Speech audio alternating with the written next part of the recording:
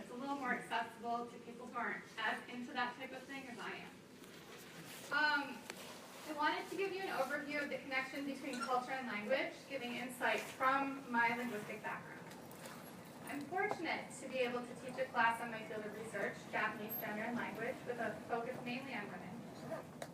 And I thought that today I would introduce you to some of the more surprising aspects of female gender and language in Japan.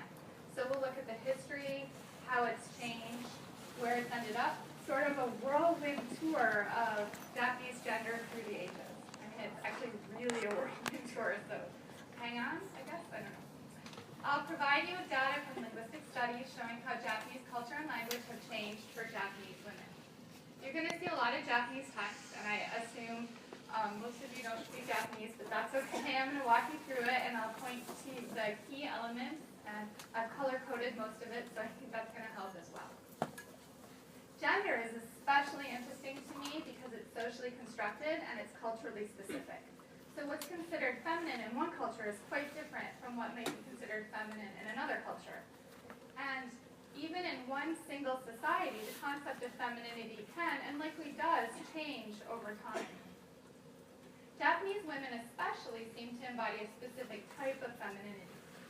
When I question my students about stereotypes of Japanese women, they inevitably give the following as examples.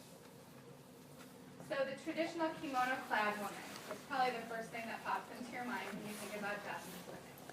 Mainly the courtesan, like you might read about in old Japanese literature, but also the geisha, of course, or just a woman dressed in, oops, too fast. A woman dressed in traditional clothes, doing something traditional like tea ceremony.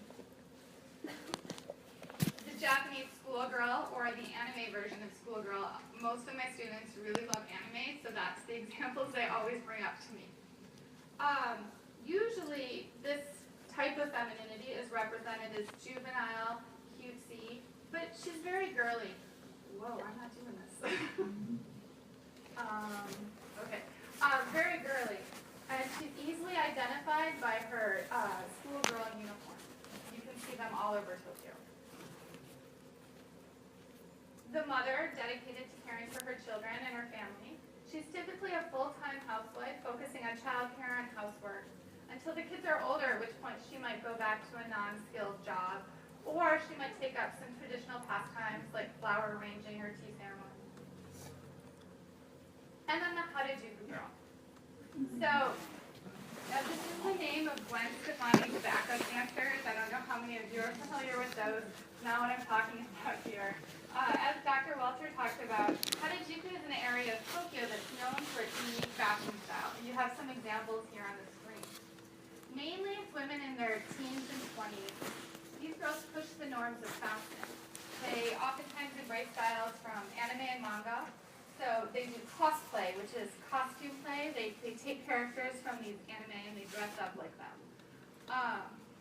And they integrate a cute style into their clothing and demeanor. So they're sort of moving away from the traditional sort of pushing it. These all represent different aspects of femininity in Japan. Even the Harajuku girl. She's innovative and deviant in fashion, but I'm not sure why this is going like that. She's innovative and deviant in her fashion, but she's not rejecting femininity per se. She's reinterpreting it to embrace perhaps a cute or a juvenile side to it. And as we'll see in a bit, the Harajuku girl is actually viewed as a very feminine persona. When asked for characteristics that define Japanese women, students say that they're nurturing, cute, polite, beautiful, gentle, and empathetic. It turns out that the Japanese themselves have similar ideas of the ideological Japanese woman. Contemporary positive characteristics, I'm not quite sure what's going on with the computer. Contemporary positive, actually, sorry. I'll go old school, I'll use my finger. All right, contemporary positive characteristics for Japanese women include being dependent, emotional, romantic, cute, tender, submissive, and cheerful. And one of my friends, when she saw this, she really bristled at submissive, but it's something that gets included in these discussions.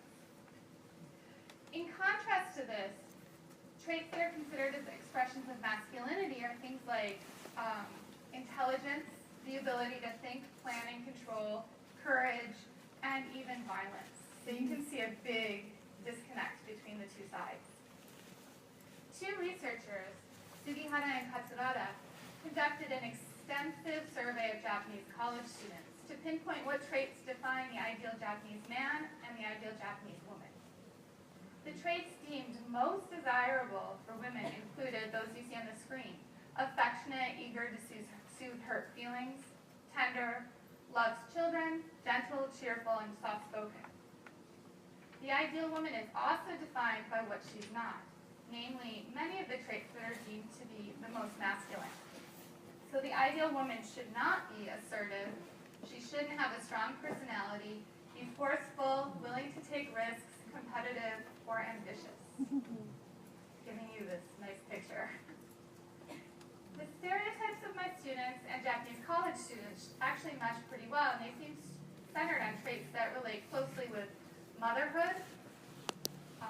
Okay, so it wasn't that, it's just the computer. Traits related to motherhood, physical attractiveness, and many of these traits, such as being gentle or soft-spoken, or not being assertive or forceful, highlight gendered language norms for women, or what's been called Japanese women's language. Assumptions about Japanese women's language, like women speak more politely and women cannot speak logically, are often heard in Japan.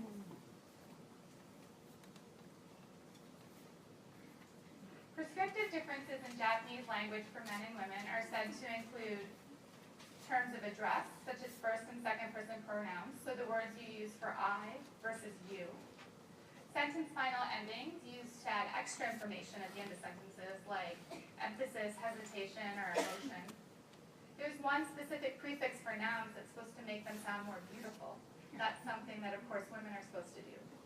And there's a clear expectation that women should use more honorific language than men. They should be more polite, more formal. They should use language that's indirect and non-assertive. And overall, they should be more empathetic and soft-spoken in the language they use. One specific example of this is how men and women use directives differently. Women have been shown to phrase their directives more like requests, so you ask someone to do something for you, and men tend to use more command or imperative forms, so you give orders to people. I'm going to show you examples of how language might differ if spoken by a man versus a woman. Even if you don't know Japanese, totally fine. I color-coded it so you can see the blue pieces are masculine, the red pieces are feminine, and you'll see which parts differ in terms of these gendered language uses. Both speakers are uttering different versions of the phrase, I made it up, so bear with me. Yesterday I ate the lunchbox my friend made for me. It was delicious. First you're going to hear the female voice, and then you will hear the male voice. 昨日私、お友達が作ってくださったお弁当を食べたの。美味しかったわよ。昨日俺、友達が作ってくれた弁当を食ったんだ。うまかったぜ。It's constructed language, but my Japanese friend said, yeah, that sounds good, all right. Okay, so you can see the example on the board now written in romanization. We see gendered language differences across many features.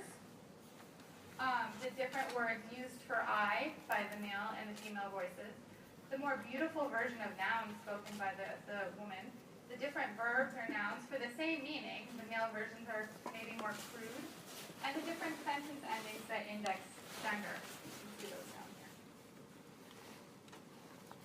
When in Japan in the 80s and 90s, I was struck very much by the extremely high-pitched voices of women working in stores and the women you saw on TV, and the women who worked on elevators that I couldn't find a good example of, though I wanted it. This is something many foreigners notice and inevitably comment on. So, I have an example of it. But obviously, in general, women have higher voices than men do. But Japanese women in particular have a higher pitch than women from America or other cultures. This has been studied and documented. This soft and high tone of voice is reported to be a feature of Japanese women's そう language. ですね。これ今回 Okay. My computer's going crazy. Give me 1 second. I think I'm going to do this a different way so we don't have to keep doing this. I apologize. Okay, here we go. I'm going to show you an excerpt of an interview with Kari Pamu Pamu. Do you guys know her? I don't know. Perhaps the most well-known Harajuku girl today. So we're coming right back around to Harajuku girl. You can certainly listen to her voice, but notice a lot of other aspects of femininity that she embodies. そうですね。これ今回どうなんですか。フリソレーションはどういった。今回はですね、私1月の29日で私事ながら20歳になるんですけれども、その20歳のお祝いソングとしてプロデューサーの中田康隆さんが書き下ろしてくれた曲で、その20歳になるとまたやっていいことっていうのがすごく広がっていて、例えばそれはお酒だったり、私自身もまだ未成年でそういう居酒屋とかもすぐ返されて、ホテルに返されていたので、地方とかだと20歳になったらお酒も飲めるということで、ちょっとその大人のキャリーを私が演じていて、泥酔しちゃったりだとか、あとは恋をしたりとか、モンスターとは言うんですけど。So what did you think? Yeah, high-pitched. She has a fairly typical high-pitched, extremely feminine-sounding voice to Japanese ears. It's something that's taken differently in different cultures, though. You can also see the importance of pitch and use of femininity in the following commercial. Pay particular attention to the voices. And I'm going to warn you that the subtitles, I pulled this right off YouTube. The subtitles are not mine. They're kind of off in places. But you'll get the gist of what the commercial means.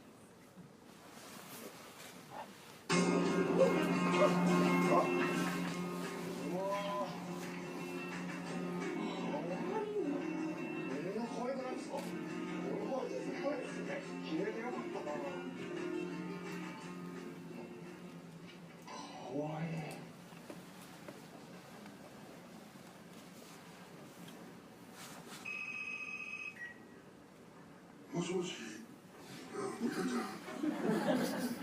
なんだか、ここだよ。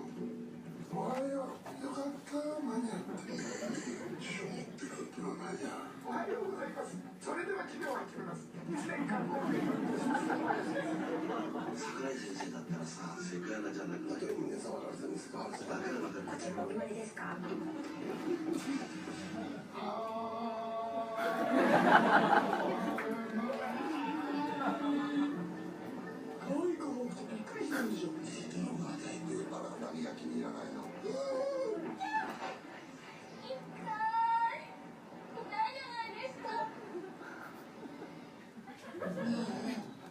私のどこが良かったの？声かな。私サッカーとか見に行かないから。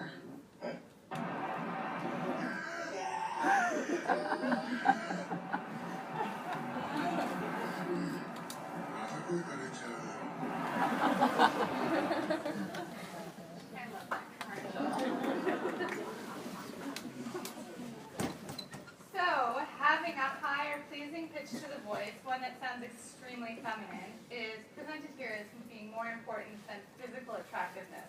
So for the record, I thought that girl was adorable. So.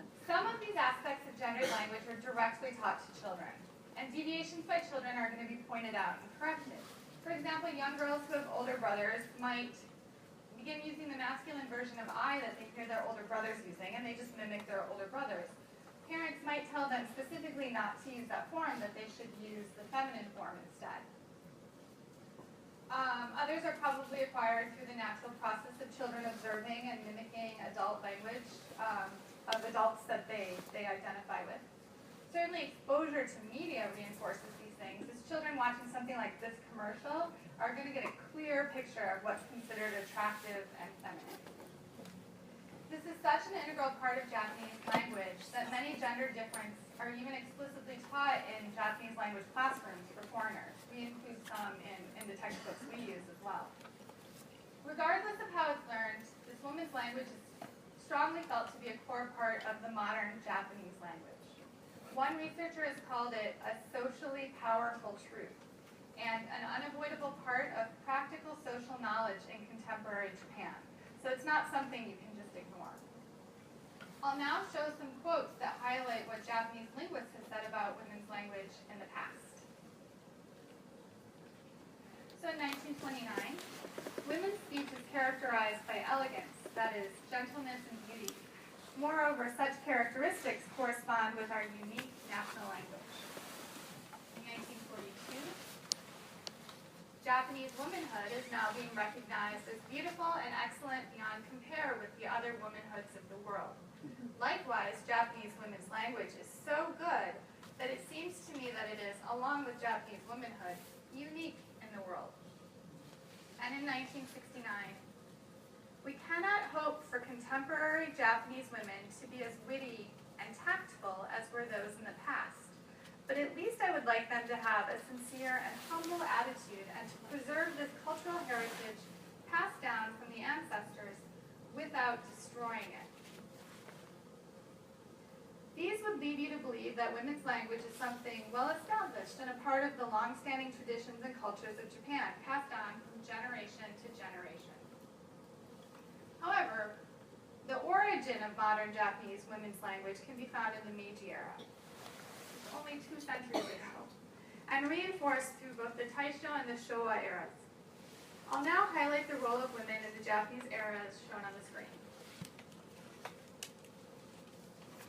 In the Meiji era, there were 3 main ways through which a redefinition of the women's role was established. First, the government redefines the role of women. The Meiji Constitution of 1890 stated for the first time that only male heirs could succeed to the throne.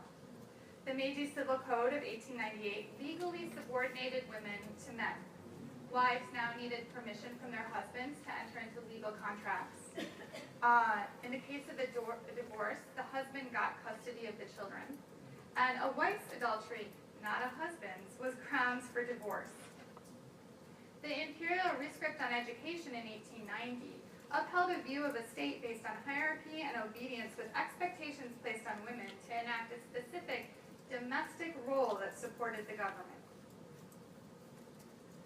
Second, the government mandated compulsory education for all primary school children, both male and female.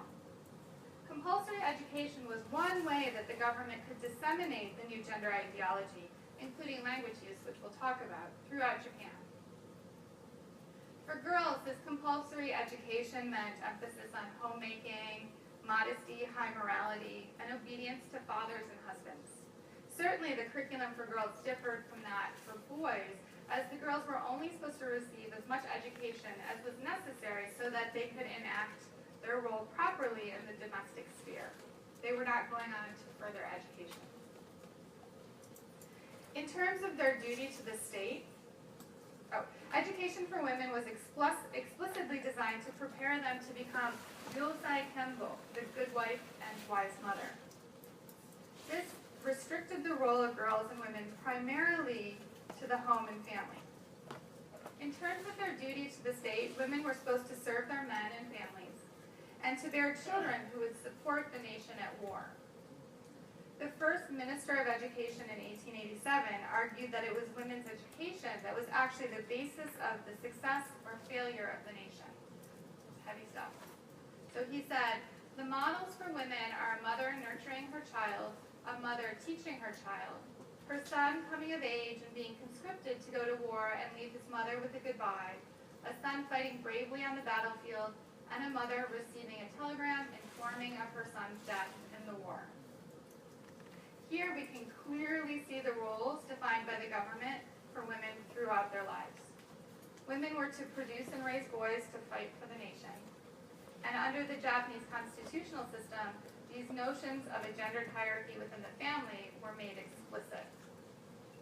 This is one aspect of Libra's concept of sexual polarization, role specialization, which assigns women to the domestic domain and men to the public domain. So there's a clear separation here. Third, the government sought to standardize Japanese and make it compulsory in schools. The first aspect of this I'm not going to talk too much about, but it was adapting the written language so it more closely represented the language being spoken. Previous to this, there was literary Japanese and then the vernacular that was spoken. Along with this, which was more important, was standardizing the Japanese spoken throughout the nation. Until this point, different areas of Japan spoke different dialects, and oftentimes these dialects were incomprehensible to each other. So if you went far enough, you wouldn't be able to communicate with each other. The new standard Japanese was based on a form of Tokyo Japanese. So many students were in effect learning an entirely new language. And along with it, these new gendered forms that were dictated by the government. As one researcher argued, this newly developed linguistic consciousness was both the instrument and the critical location of the birth of Japanese women's language. And it was the ideal situation to implement standardized women's language throughout Japan. I'd like to step back for a minute because it's very important to note that previous to this, in the Tokugawa era, much of what we believe to be firmly in the Japanese women's sphere, such as raising children and taking care of the family, wasn't the main role of women at all. In the Tokugawa period, though all women were expected to marry, childbearing wasn't necessarily a woman's primary obligation. Everyone in the household participated in all the tasks necessary for running it. In the absence of an appropriate male head of the family, a woman could take charge. And in fact, the ideology of the time stated that young mothers shouldn't even be involved in their children's upbringing because either they had questionable morals because they're young, so they don't know any better, or they were likely to spoil their own children. So somebody else was supposed to raise their children if they had any. Fathers played an important role too. They took a lead in education and the physical care of their children at the time, showing that it's not the women's sole responsibility.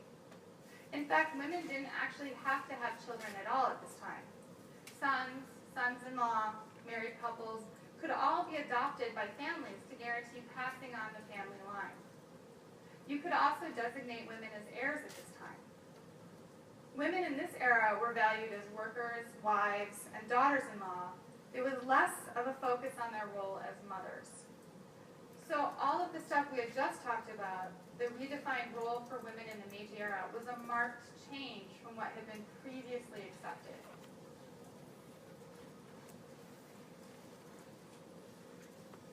The shift in gender role expectations is, I think, clear. I hope clear, yes.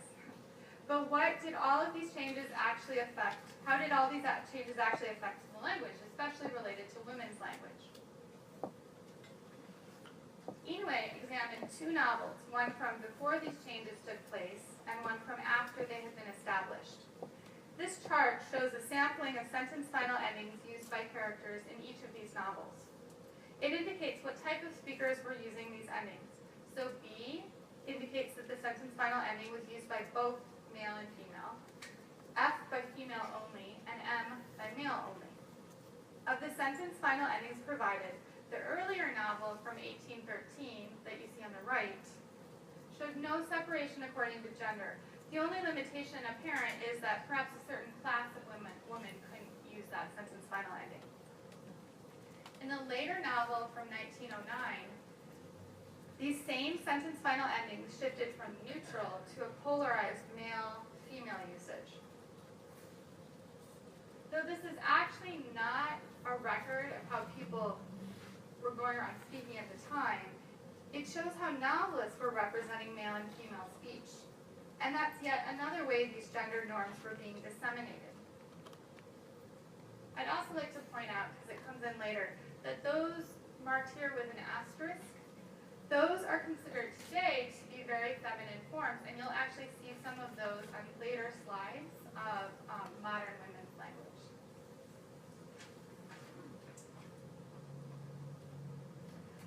The reinforcement of standardized women's language continued through World War II in the Showa era.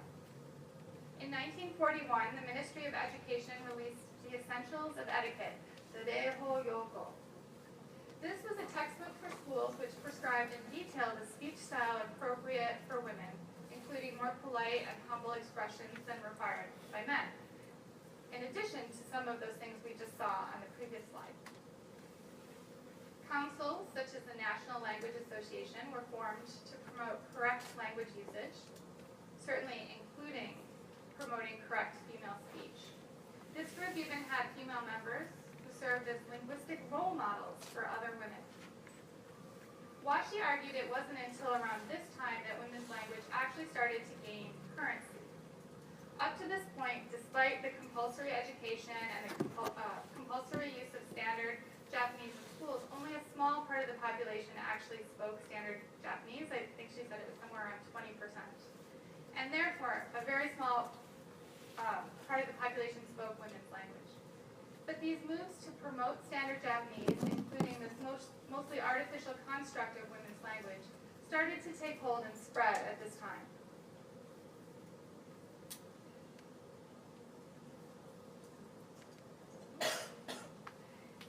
In modern times, the hegemonic ideology of Japanese women certainly includes the personality traits that stem from the good wife, wise mother role established in the late 1800s. But it also still emphasizes the appropriate ideological language use, so using women's language. Even in contemporary Japan, we read about the important role of the mother in her children's educational success.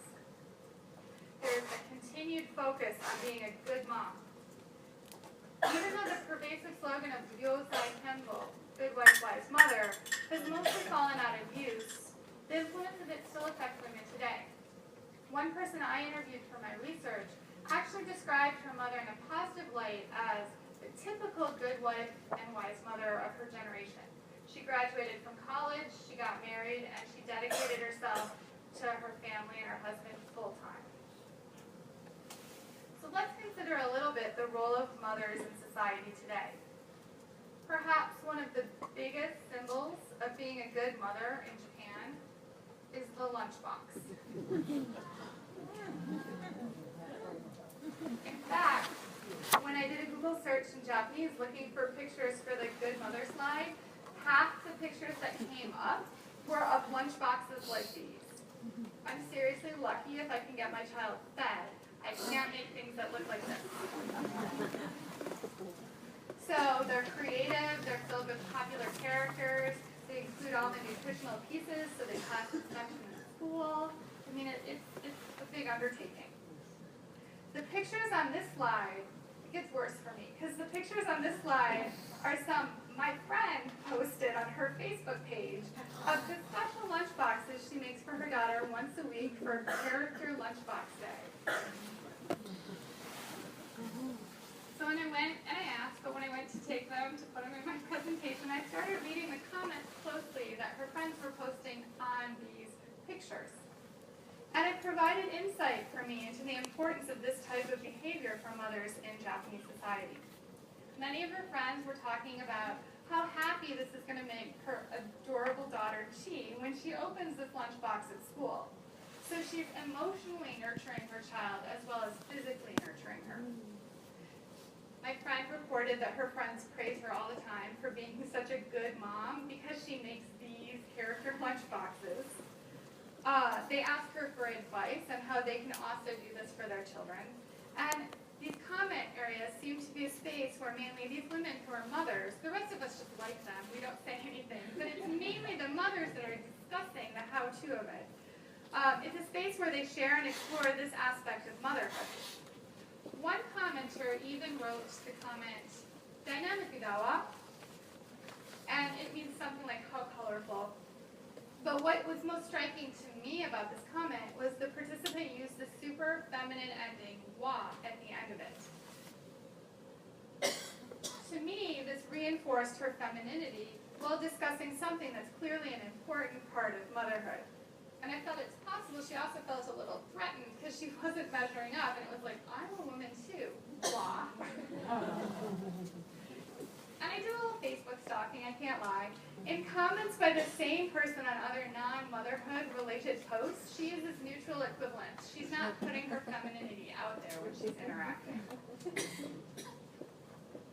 By the way, I did check these just this weekend, and my friend, the last comment she posted was how happy she was that the super typhoon was hitting and school was canceled, so she didn't have to make a character mention this week. For me, that really brought home how much pressure pressure she and other mothers are in, they're competing with each other about their children's lunchboxes. Another important aspect of motherhood that was reported to me was breastfeeding. There's a lot of pressure on Japanese mothers to breastfeed for about a year, but there's very little in place to support them if they are at work and breastfeeding. So, in other words, it'd be almost impossible for a woman to both work outside the home and continue to breastfeed her child. Therefore, these aspects of being a good mother, as defined by society, require a mother to focus solely on that, on being a wife and a mother. A woman has to choose between a career outside the home or a family, in many cases. Maybe what defines a mother as good and wise has changed, but women are still being judged by peers in society based on the same premise. As with the Meiji era, the state today is concerned with women's accountability in marriage and birth rates. As you can see, the birth rate's been steadily declining since the 50s. It's currently at 1.4, and the population of Japan is projected to shrink by 1/3 by the year 2060. Since the mid-1970s, there's been an increased delay in marriage and also in the age that women give birth. So the average age of marriage has increased by 6 years from the 50s, from the age of 23 to 29.3. And the average age women give birth to their first child has increased by 5 years since the 70s. So from 25.6 to 30.4. And that's the first child that they have. More and more women are pursuing careers or opportunities outside of the domestic sphere. And as I said, society is not currently set up to enable women to easily juggle both. One woman I interviewed said that she had no interest in getting married. She was in her late 20s at the time, and she's still not married, and that was a while ago, because there were too many fun things to do. She thought marriage would force her to focus on taking care of the household and her husband and any future kids they have, and that would limit her time to pursue her own interests. With the decreasing birth rate and the resulting social issues, such as a quickly aging population, which you can see here on the slide, shows you the distribution of how many people are at that age, so it's getting fat on the top instead of fat on the bottom. And the issue of dwindling pension funds to support this aging population, the pressure on women to marry and have more children earlier is said to have increased. Former Prime Minister Modi was even quoted as saying that women who do not have children don't deserve pensions. Oh, it gets worse. It's truly strange to say that we have to use tax money to take care of women who don't even give birth once, who grow old living their lives selfishly. Oh, boo him.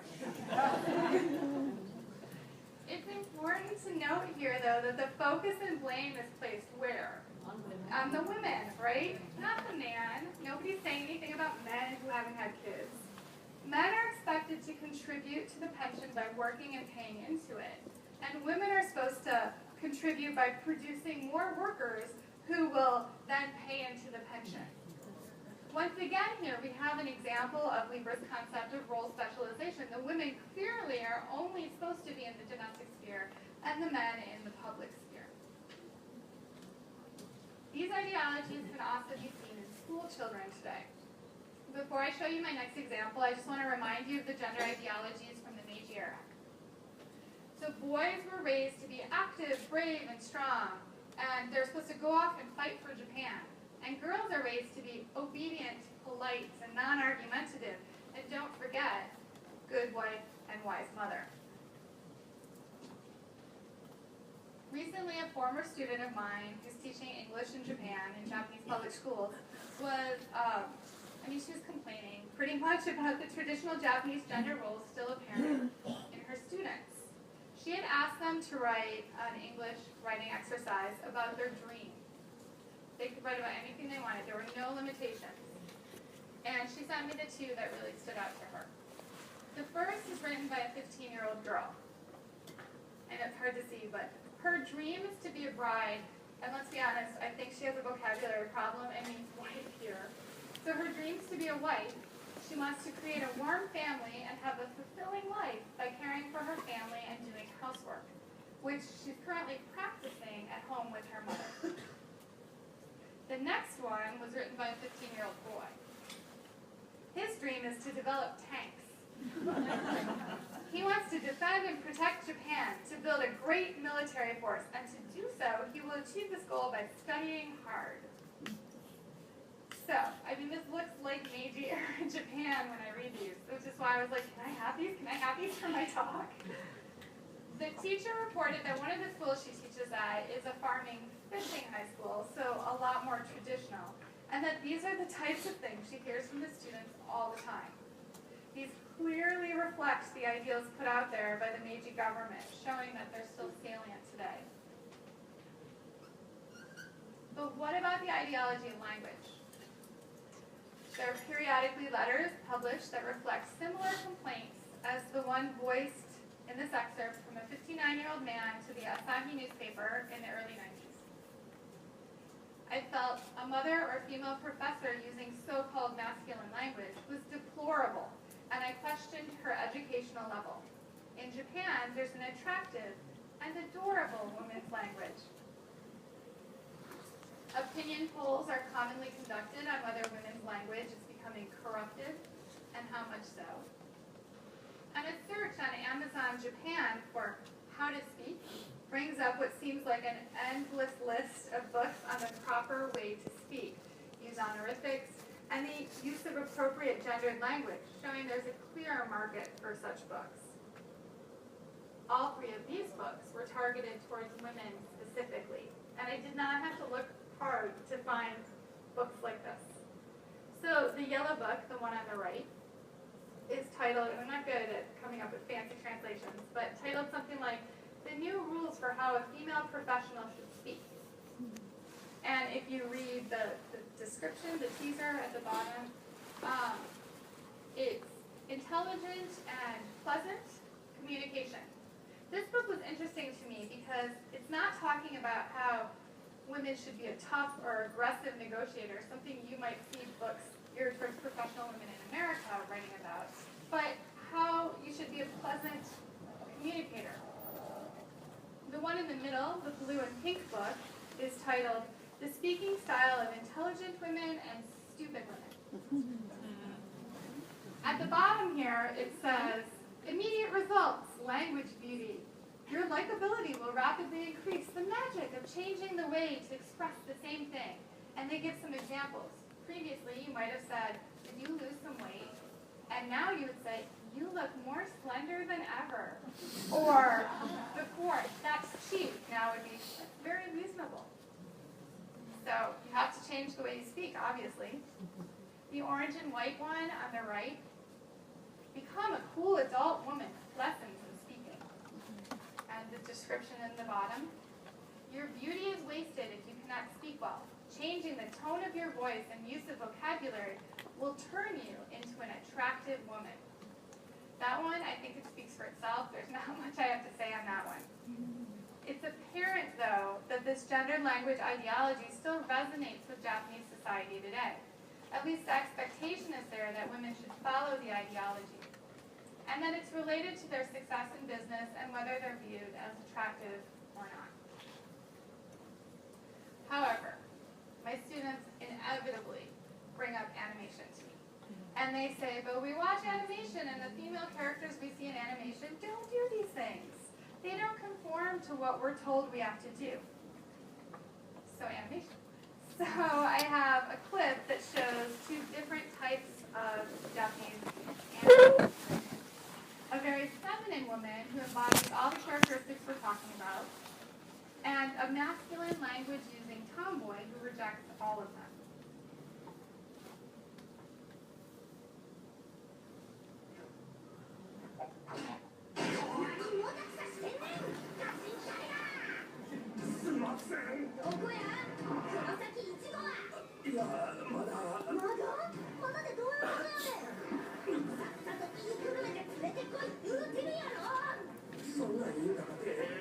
それ言うこと聞かへんねんもん。ならはよ力ずくで連れてき。こないなんまでと言うてることちゃうやん。見つけた。なんだ。織姫ちゃん。何つけられてんねん、ハゲか。黒崎くんに聞いてもきっと黒崎くんは何でもないって答えると思うから、あなたに直接聞きに来たの。平子くん、あなたたちは何者？黒崎くんもどうしたいの？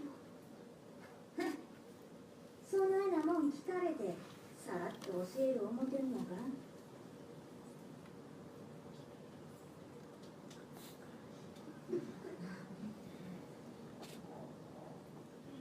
猿垣日和。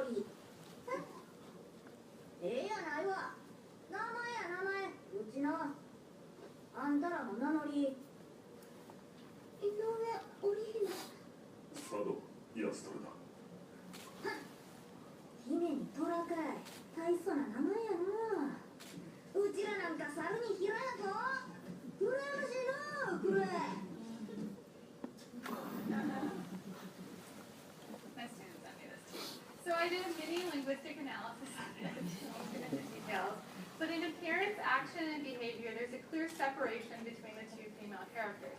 Hiyori, on the left here, is presented as very masculine, standing with her arms spread, using masculine gestures, unkempt in a tracksuit.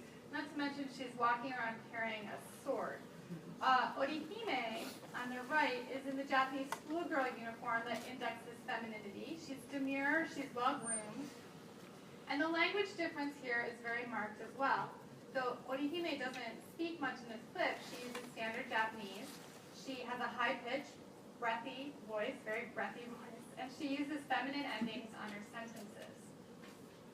Hiyori, on the other hand, has low pitch. She speaks dialect.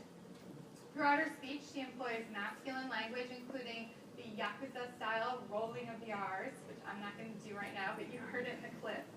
She uses profanity, masculine sentence endings like zo, and strong imperative forms. Remember that with the future of masculine.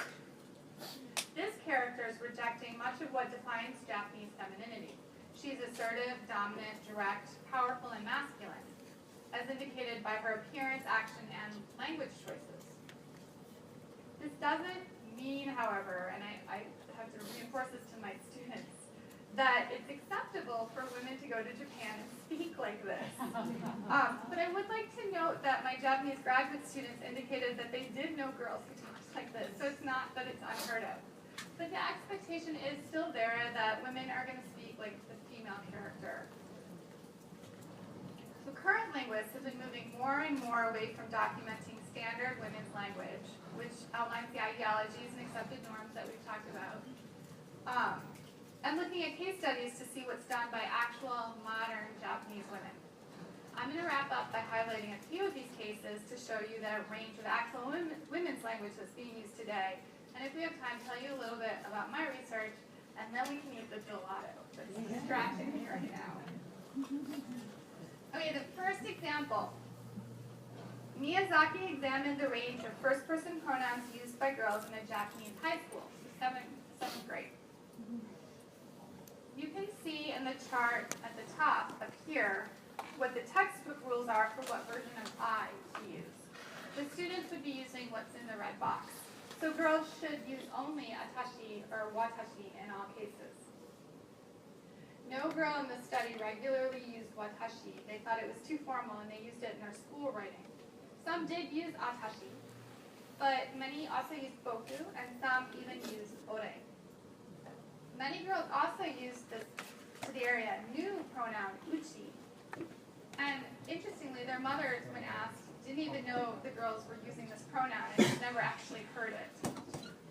As the lower diagram shows, so this is the ideologies put out there by linguists, and this is the students' interpretations of them. So they're pretty much the same, but we see that they place ore much further down on the masculine scale. So they view it as much more masculine than boku.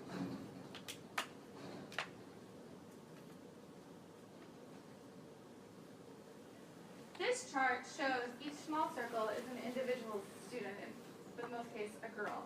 And so you can see the range of pronouns, first person pronouns they were using. We have uchi, atashi, uchi, and then this group up here we have ore, boku. So it's a range we clearly see. Generally, the girls' usage of the masculine pronouns was accepted by their peers, but with laughter. So if they use boku or ore, they're kind of like, oh, those girls, you know. But they were actively discouraged against doing this by their teachers and parents. One girl even said that she uses ore at school. She would never use it at home because her mother would be horrified by her language. So she hid that from her mother. It's been argued by quite a few linguists that when women use these deviant forms, it's actually a form of young people's speech, so they grow out of it later. In this case, the argument would be that these girls are using the non-standard pronouns as a way to explore their gendered identity and their place within their relatively small society of school, and that they begin using the ideological women's language when they became full-fledged members of society after they graduated. In this case, it's pretty clear that the girls were able to experiment with rejecting the ideologies because they had the support of their peer groups. So the larger broken circles show you who was friends with, like who was hanging out together. And you can see the Atashi Uchi girls hung out together and the Boku Ore girls hung out together for the most part, not 100%.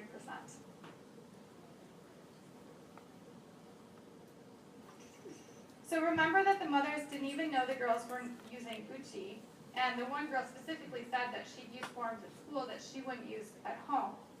This shows that these girls know what's expected of them. They know what the ideologies are, and that when they don't have their peer support, they choose the path of least resistance and just go with what they should be using. It also highlights the social pressure involved in making language choices. The next example. Matsumoto looked at the speech of middle-aged, middle-class Japanese stay-at-home mothers. So the group that's supposed to be the quintessential ideal Japanese woman. This is the one who should be exhibiting the ideological women's language. On this slide, I just took a small example from her larger study. And we see a conversation between three women, three stay-at-home moms. The single underlines indicate forceful stance, or what's classified as masculine, and the double underlines indicate delicate stance. Over here we have the English, and this is the Japanese, lined up perfectly, and the red arrows are just taking you to where the most important lines are. So I want to call your attention to speaker M, and she's the one marked with the red arrows. You can see that within the speech of speaker M, she's shifting freely between the masculine and the feminine styles. So she's not entirely rejecting it, but she's also not embracing what you expect her to do, which is the feminine language. Matsumoto argued that it's likely that these mothers, like speaker M, were motivated by the desire to portray themselves alternatively as anti-conformists, or the cutting-edge moms, by using the masculine style, and traditional or classy by using the more feminine style.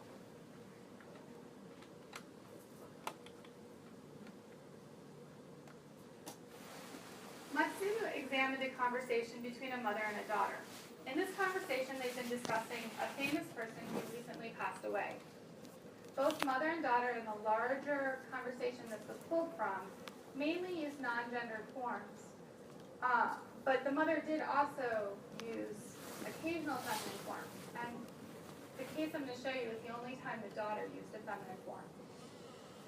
So in this excerpt that I have up here, in this one case, the daughter appears to feel threatened by the mother questioning her. So in line 30, the mother said, "Anata mo shiteru nante omowanakatta wa." I didn't think that you would know me too. She found this threatening. She exhibits her displeasure by pulling a card from her mother's linguistic playing deck, using an extremely feminine form. I view it as she's throwing it back in her mother's face. So in line 36, over here, she says, "Shiteru wa yo sore gurai." So, of course I know that much. The mother herself used the feminine form when she questioned her daughter. This form generally indicates mild emphasis, and it's not at all in itself expressive. But more than half the times the mother used similar forms previously in this recording, it was being used as a strong assertion marker. Therefore, her daughter likely took it to be the same in this case. She also likely took it to be negative based on her subsequent responses. Matsuno decided that the way the daughter interpreted this could be translated as, I didn't know somebody like you was sophisticated enough to know this person. And her reaction sort of pretty much supports that. The daughter expresses her displeasure by saying both in line 39, you have no manners, to her mother, and then rude. She also raised her voice and just generally had an angry tone to her voice. Matsudo argued that the daughter's marked use of a form that her mother commonly uses in this instance was a way to effectively express and assert herself in this interaction on the same level or status.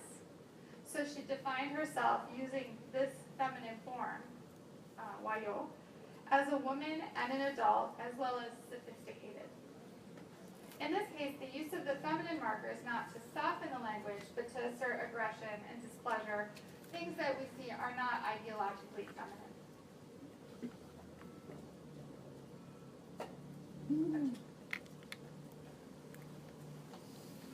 In my own research, I interviewed both Japanese lesbian and bisexual women and heterosexual women, and I was looking for differences in the usage of this ideological feminine speech to see how a speaker could express a gendered persona by manipulating these forms. Which forms do you choose to use? Which forms do you choose to avoid?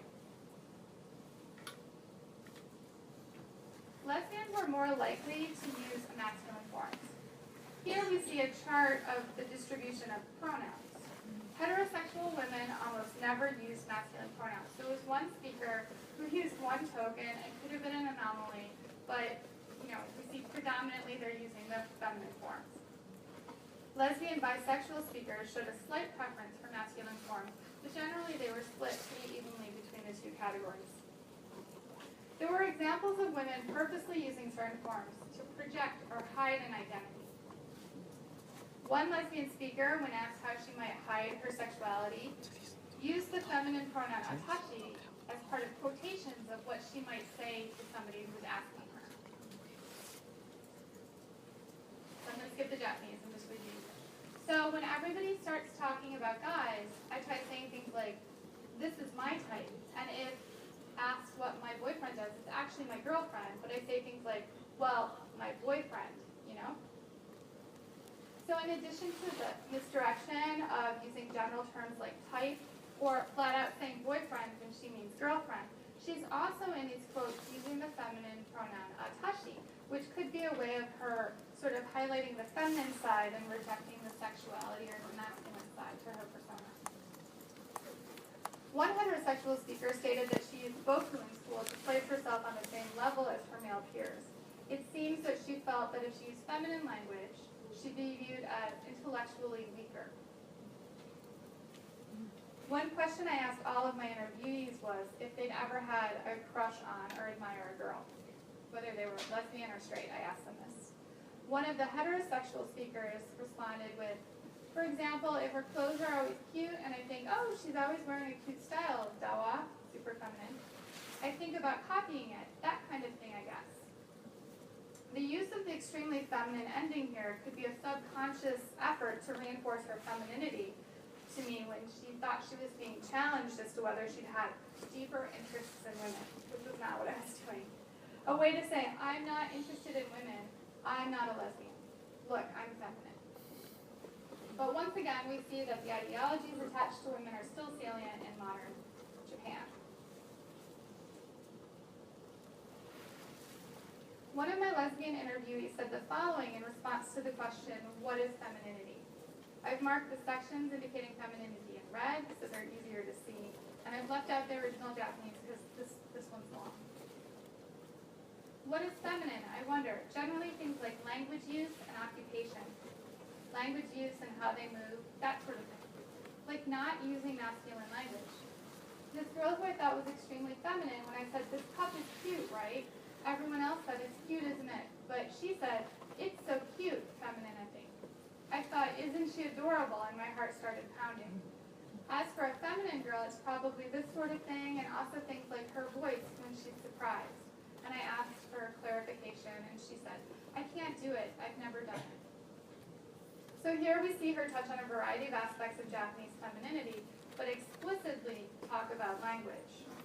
A very feminine woman would use the ideological feminine language and also high-pitched voice we discussed at the beginning. One which this woman who doesn't embrace that ideology has said she never does.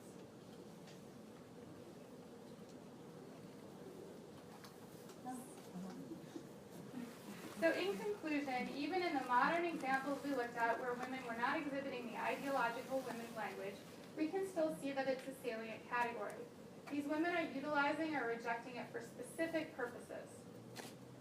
Considering the ideology, it is important as it gives us invaluable insight into the expectations placed on women and how they manipulate these norms to express a particular gendered identity. It's clear that there's a feminine language and clearly defined its expected feminine roles still apparent today. Though this gendered language was constructed and disseminated by the Meiji and Showa governments as one way to reinforce a gendered hierarchy, one that places women in the domestic sphere and responsible for the family and child rearing, aspects of it remain strongly rooted in modern society. Children may learn what types of language are socially appropriate, but they have the power to manipulate these norms to their own purpose. This was just a brief glimpse at women in Japan and how their roles in language have changed and not changed over time. Of course, we can't generalize about all women at any point in history. I'll leave you with the words of Gail Bernstein, who said about Japanese women in history, gender has been continuously recreated.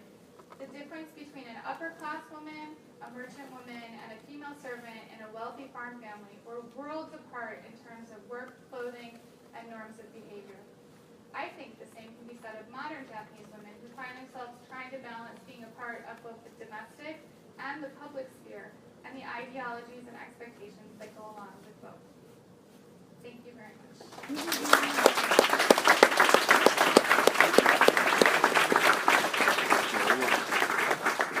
Thank you so much to Professor Camp, and thank you guys for coming as well. We'd like to encourage you to please fill out a survey and tell us what you thought of today's event.